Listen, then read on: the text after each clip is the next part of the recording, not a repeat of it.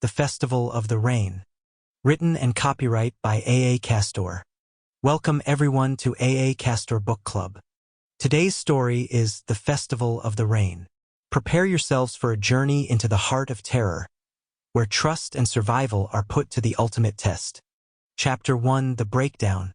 It was supposed to be a joyous weekend.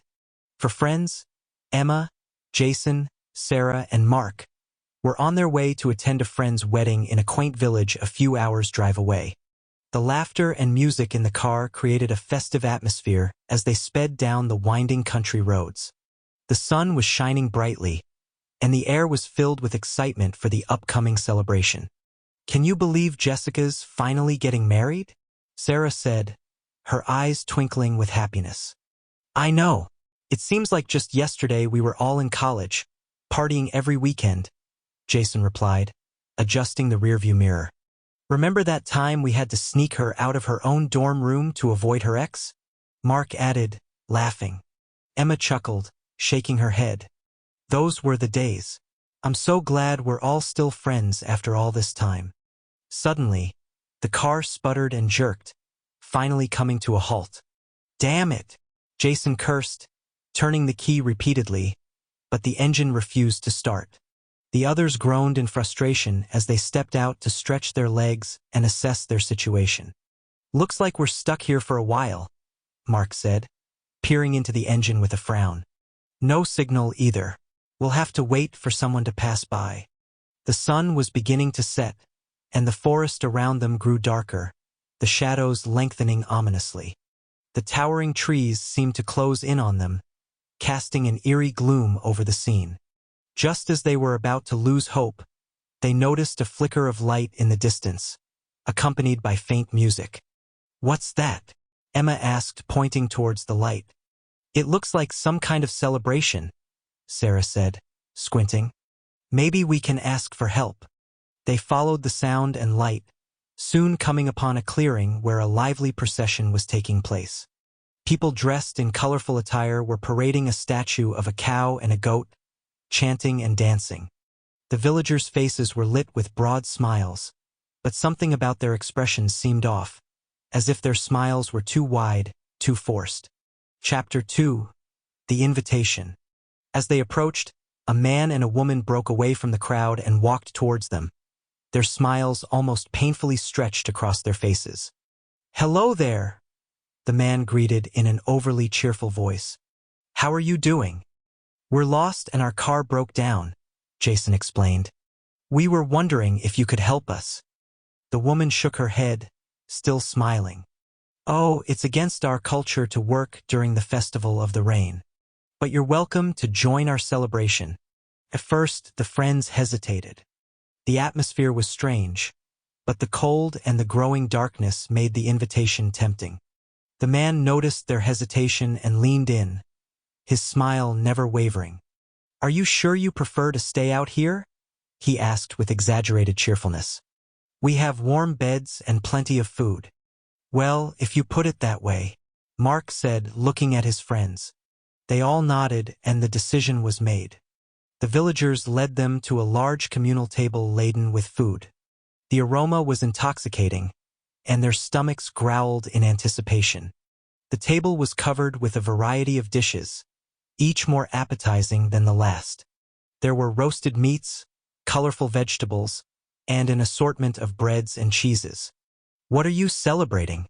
Emma asked, trying to mask her unease. "We're celebrating the Festival of the Rain, a time to honor our deity and ask for bountiful rains," the woman explained, her smile still unnaturally wide. "You are lucky we found you. You would have been stuck out there for a week." As they ate, the friends found the food delicious, rich and flavorful. The villagers chatted animatedly, but the forced cheerfulness in their voices was unsettling.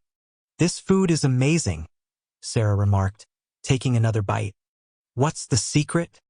"It's all thanks to our grandmother," the man replied. "She passed away yesterday and asked us to cook in her honor." The friends exchanged uneasy glances but continued eating. Suddenly, Emma bit down on something hard. She fished it out of her mouth and found an earring. "Why is there an earring in my food?" she asked, her voice trembling. The man's smile grew even wider, a sinister edge to his tone. Oh, I must have forgotten to remove my grandmother's earrings. You see, we were in such a rush to cook her. What do you mean, cook her? Mark asked, his voice barely above a whisper. The man's eyes gleamed with malevolence.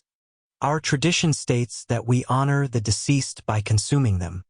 Our grandmother is the main course tonight. Chapter 3, The Realization. Horrified, the friends stopped eating, their stomachs churning with the realization of what they had just ingested. The villagers' smiles never faltered, but their eyes were now filled with a predatory gleam. We need to leave, Jason whispered urgently to the others. They nodded in agreement, rising slowly from the table. Leaving so soon?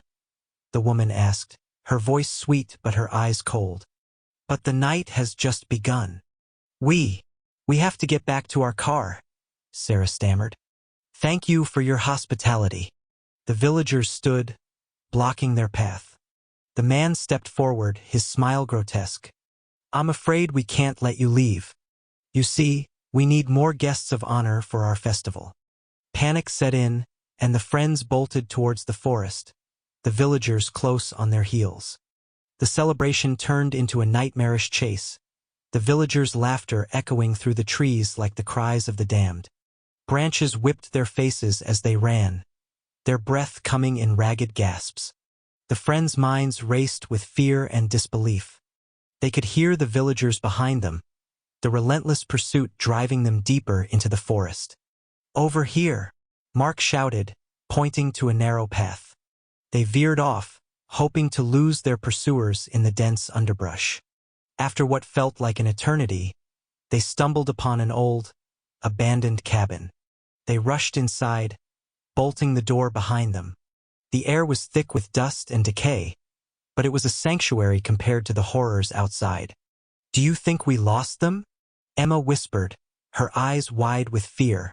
I hope so, Jason replied, peering out through a crack in the door. We need to find a way out of here in the morning. As they huddled together, trying to stay warm, they heard the distant sound of chanting. The villagers were still out there, their celebration continuing in the darkness. Do you think they'll find us? Sarah asked, her voice trembling. I don't know, Mark said, his face pale. But we need to be ready to run if they do. The friends took turns keeping watch, their eyes darting to every shadow, every movement outside. The night seemed to stretch on forever, the darkness pressing in on them. Chapter 4, The Dawn. Morning light filtered through the broken windows, casting eerie shadows on the cabin walls. The friends were exhausted, but they knew they had to keep moving. We need to find a way back to the road, Sarah said, her voice determined. We can't stay here. They carefully exited the cabin, scanning the forest for any signs of the villagers. The air was still, the oppressive silence a stark contrast to the chaos of the night before. After hours of walking, they finally reached the road. Relief washed over them as they saw a car approaching in the distance. They flagged it down, desperate to escape the nightmare they had endured. As the car pulled over, the driver, a kind-looking old man, listened to their story with a concerned expression. You're lucky to be alive, he said. That village has been abandoned for years. People say it's cursed. The friends exchanged uneasy glances, the memory of the villagers' sinister smiles fresh in their minds. We just want to get out of here, Jason said.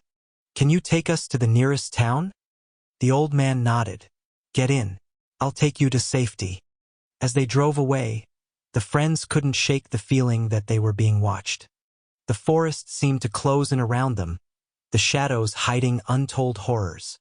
Chapter 5, The Return to Civilization. Back in town, they recounted their story to the authorities.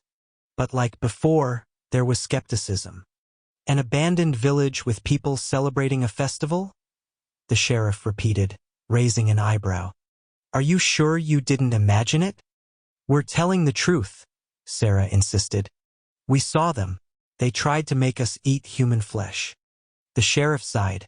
We'll send someone to check it out, But if that place is truly abandoned, I doubt we'll find anything. Days turned into weeks, and life slowly returned to normal for the friends. But the memory of that night haunted them. They avoided discussing it, the trauma too fresh to relive. One evening, Emma received a package at her doorstep. There was no return address. Curious, she opened it to find a small box containing a pair of old, tarnished earrings, the same ones she had found in her food. Her blood ran cold as she read the note inside. "You can never leave."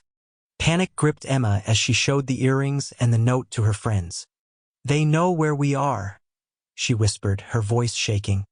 "We need to go to the police," Mark said, his face pale. At the police station, the sheriff examined the earrings and the note, his expression grim. "I don't know what kind of sick joke this is, but we'll look into it."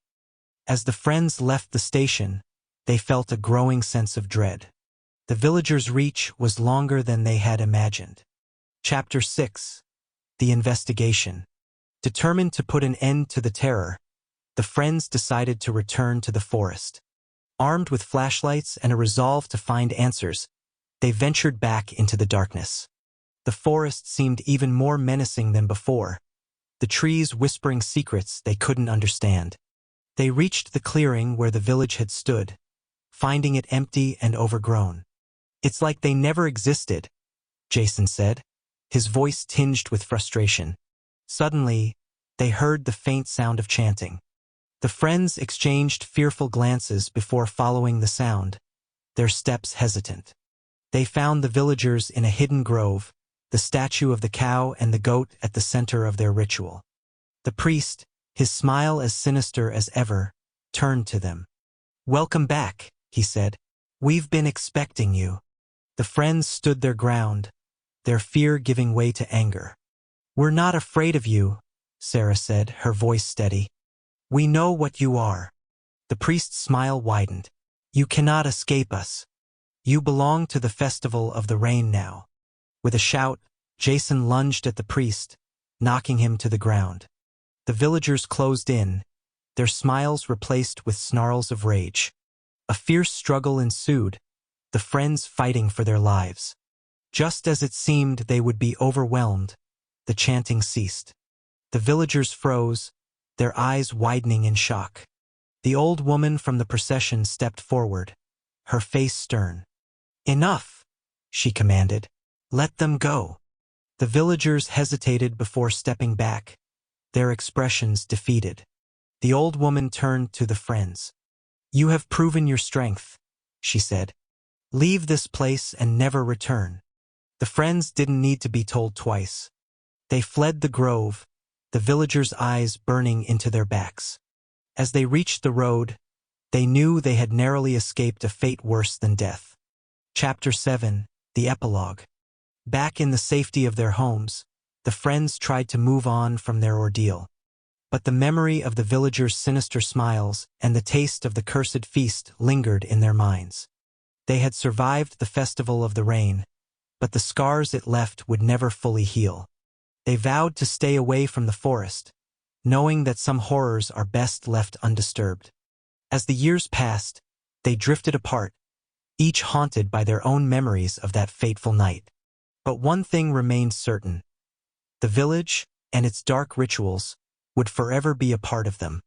And somewhere, deep in the forest, the chanting continued, waiting for the next unsuspecting souls to stumble upon the Festival of the Rain.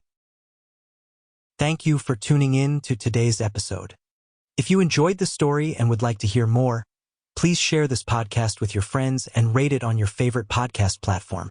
Don't forget to visit my website at www.tonyc.info for more content, updates, and exclusive behind-the-scenes insights. This podcast is mainly supported by listeners like you. If you want to help keep the stories coming, consider supporting me on Patreon at www.patreon.com/JTAC. Even just $1 a month makes a huge difference and helps me continue to create the content you love.